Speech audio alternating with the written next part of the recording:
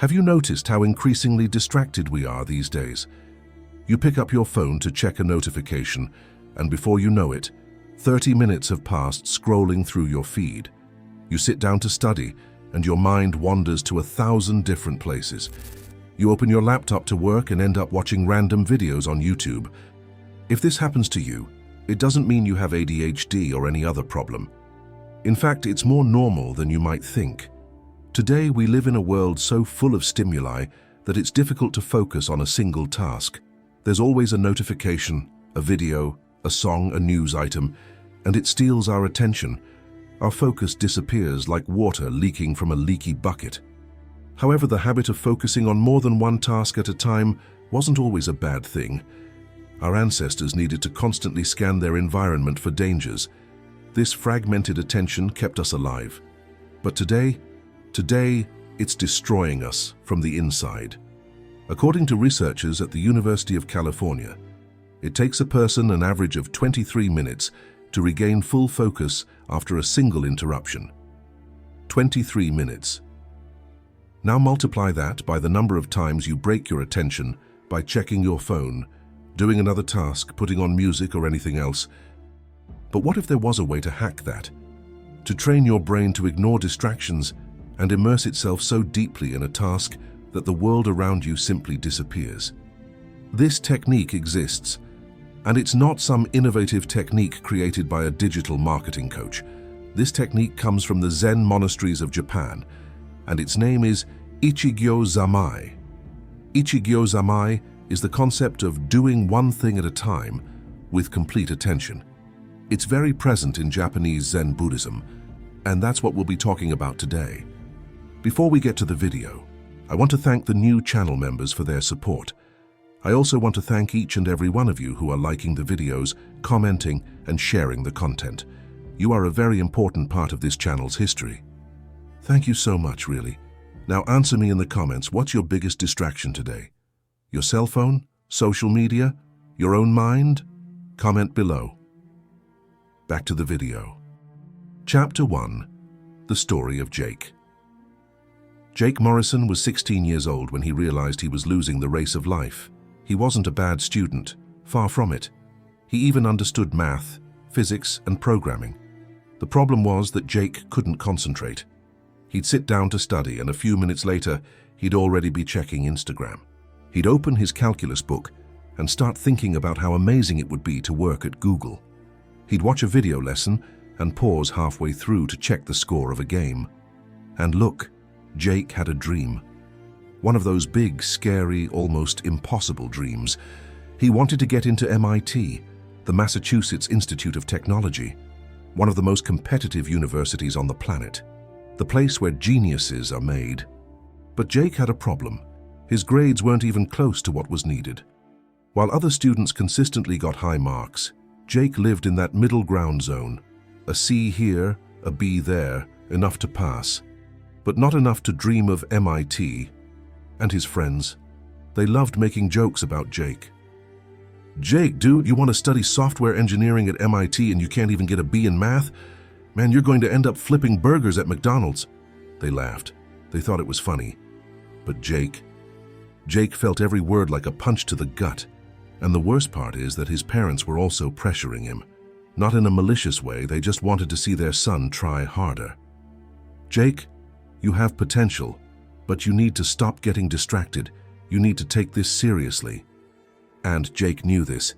He knew he had potential. The problem was that he couldn't access that potential, because whenever he sat down to study, his mind sabotaged him. You know that moment when you should be doing something important, but your brain prefers to imagine future scenarios.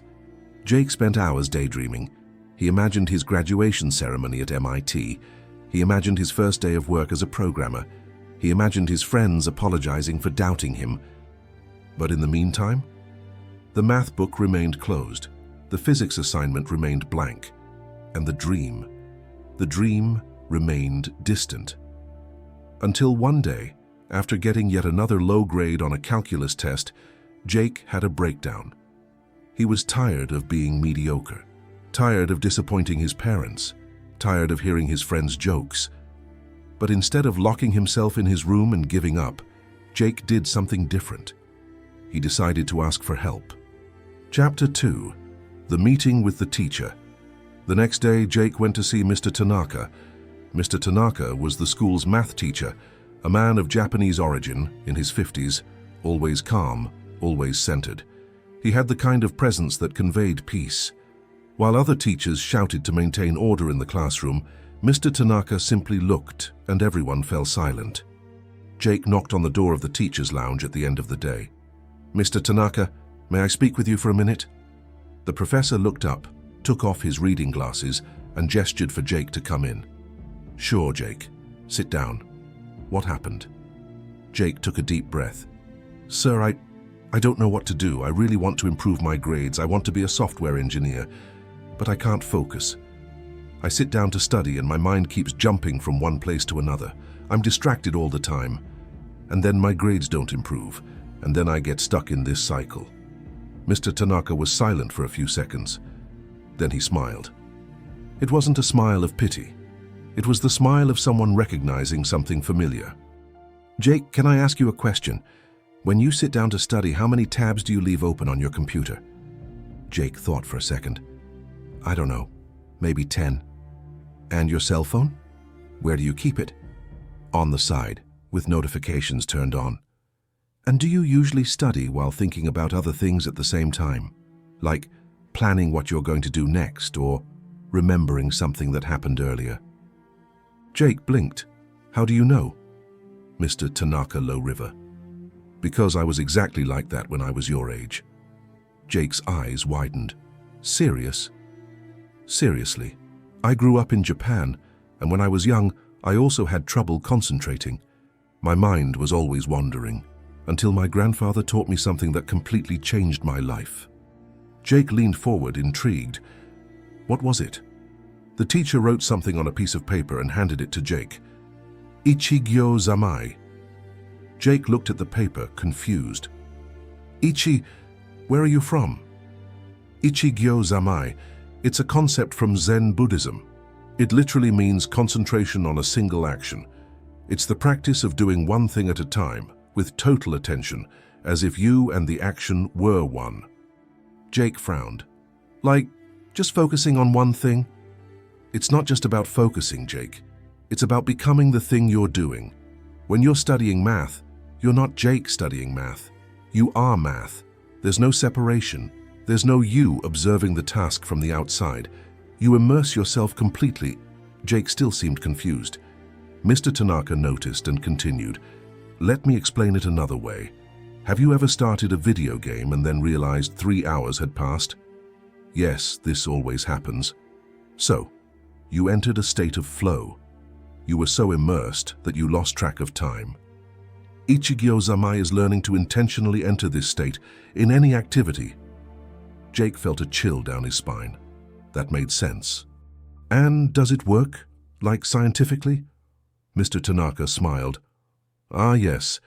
Today, neuroscience calls this mindfulness or flow state. There are dozens of studies showing that when you practice focused attention, you change the structure of your brain. It increases the density of the prefrontal cortex, which is the region responsible for controlling attention." He opened a drawer and took out some printed articles. "Look, I have some materials here. Articles that combine Ichigyo-Zammai with behavioral neuroscience techniques. Take them home. Study them, apply them, and tell me what happens." Jake picked up the papers, his hands trembling. He couldn't explain it, but something inside him told him that this would change everything. "Thank you, Mr. Tanaka, seriously. Thank you very much." The teacher placed his hand on Jake's shoulder. "Jake, you have what it takes. You just need to learn how to focus your attention, and when you learn that, nothing will stop you." Chapter 3. Applying Ichigyo-Zammai. That night, Jake didn't sleep much. He stayed up late reading the articles that Mr. Tanaka had given him, and the more he read, the more everything made sense. One of the articles talked about how our brain works, how with every distraction, every notification, every change of task, our brain needs to expend energy to reset and refocus. And the more you do this, the more you train your brain to be distracted. Another article explained the Pomodoro technique combined with Ichigyo-Zammai. Blocks of a few minutes of total concentration followed by 5 or 10 minutes of conscious pause. No picking up your cell phone during the break. No checking social media. Just breathing, stretching, drinking water, being present. Another article discussed choice architecture. Basically, you modify your environment to make distractions impossible. Cell phone in another room, notifications turned off, only one tab open, only one task at a time. He discovered that Ichigyo-Zammai is about completely immersing yourself in the activity you are doing now, without dividing your mind. It's not simply doing one thing at a time in the practical sense, it's a total union between you and the action. When you are sweeping the floor, you are the act of sweeping. When you are eating, you are the act of eating. Zen monks apply this to everything, from mundane tasks like washing dishes to formal meditation. There's a famous Zen saying that illustrates this. When I eat, I eat. When I sleep, I sleep. It seems obvious, but how many times do we eat thinking about work or go to sleep dwelling on problems? Our modern culture values doing 1,000 things at once. Ichigyo-Zammai is the radical opposite of that. The idea is that when you fragment your attention, you're not truly present in any of the activities. You become superficial in everything. In that perspective, when distraction arises and will arise, the practitioner simply acknowledges, "My mind wandered," and gently returns to the current activity. No guilt, no frustration. It's a constant practice of bringing the mind back. After learning all of this, Jake realized something important. He wasn't weak or lazy. He just had never learned how to use his attention correctly. And then he decided. From that day on, everything would change. The following Monday, Jake came home from school and did something he had never done before. He created a ritual. He put his cell phone in a drawer in another room. He turned off all computer notifications. He closed all browser tabs, leaving only one open with his study material. He set a 25-minute timer, and he took 3 deep breaths. Then he began. And the first 5 minutes were awful. Her mind was screaming, "Check your phone. See if anyone texted you. Quickly open YouTube." But Jake remembered what he had read. When distraction arises, you don't fight it, you simply observe.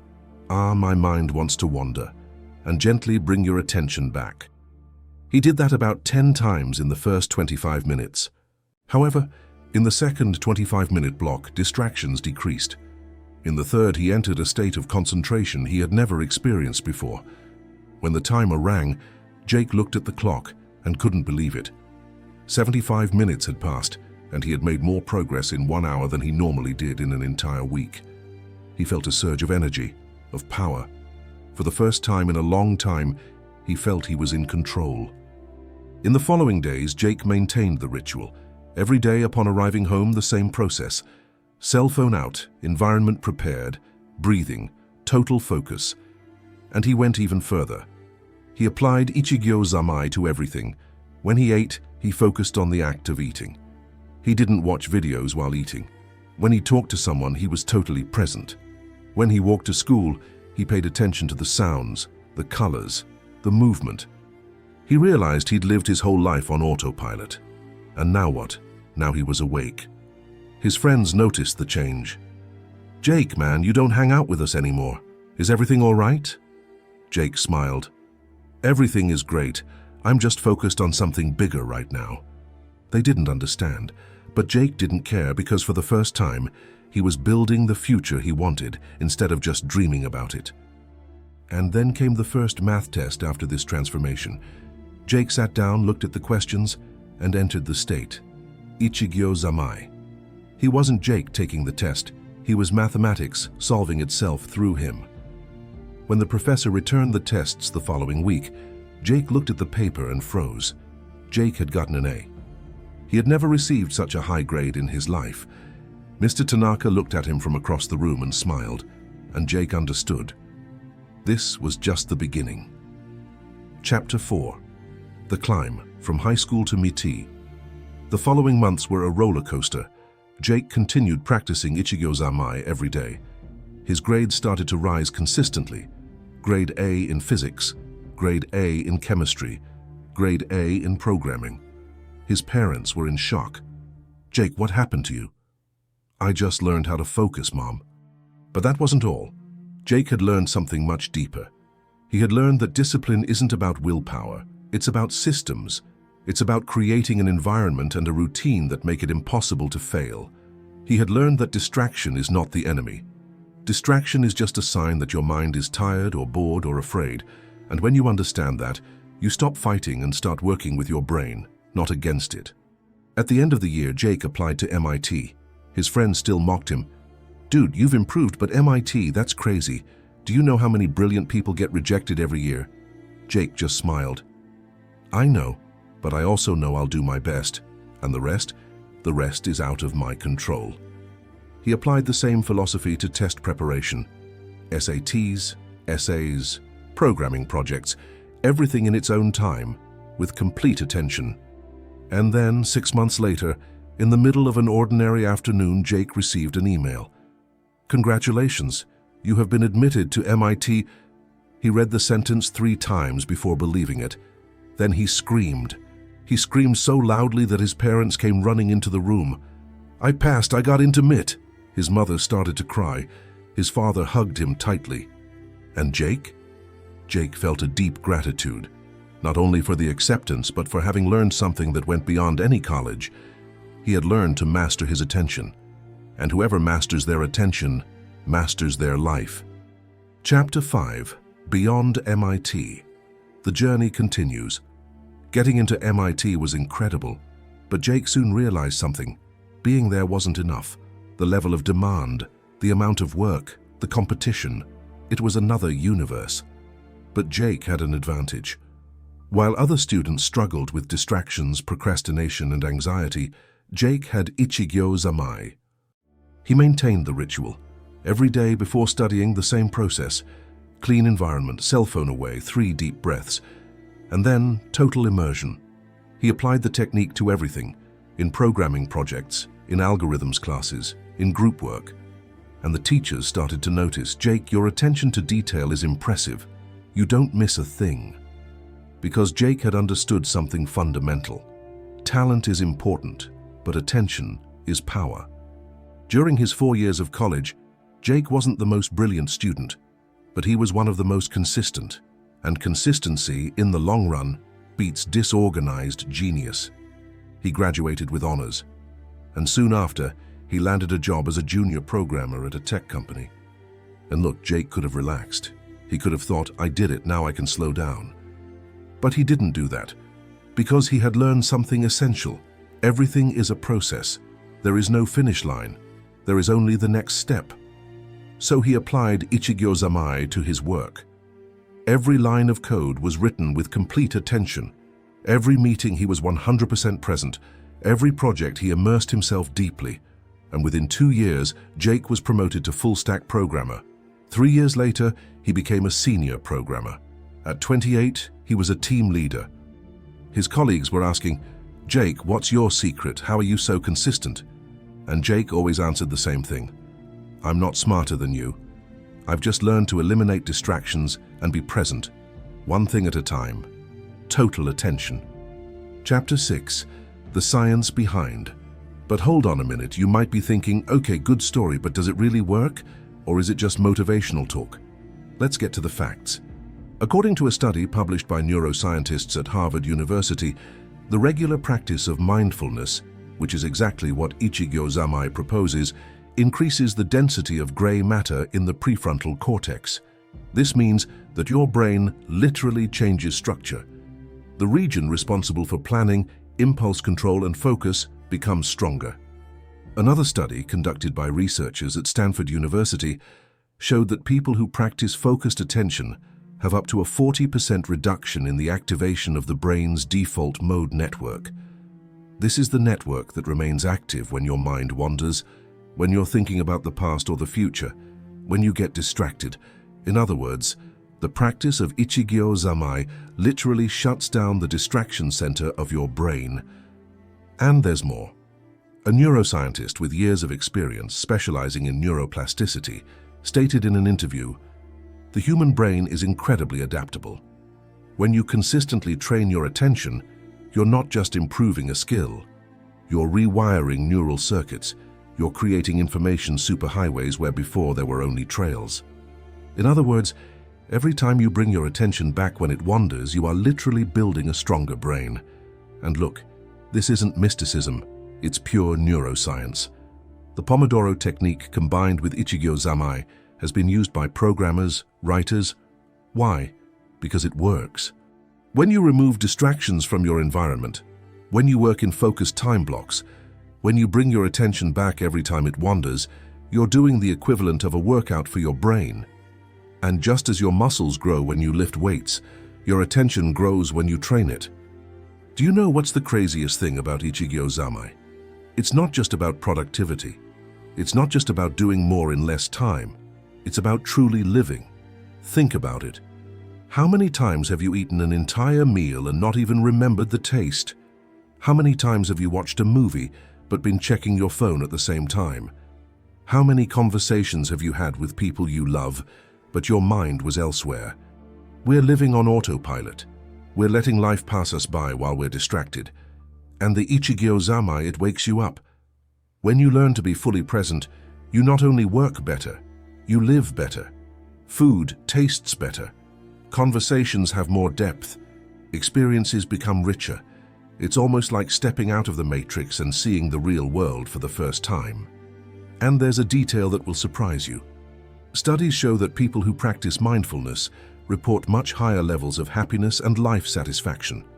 Why? Because happiness doesn't come from simply having more things. It comes from being present in what you already have.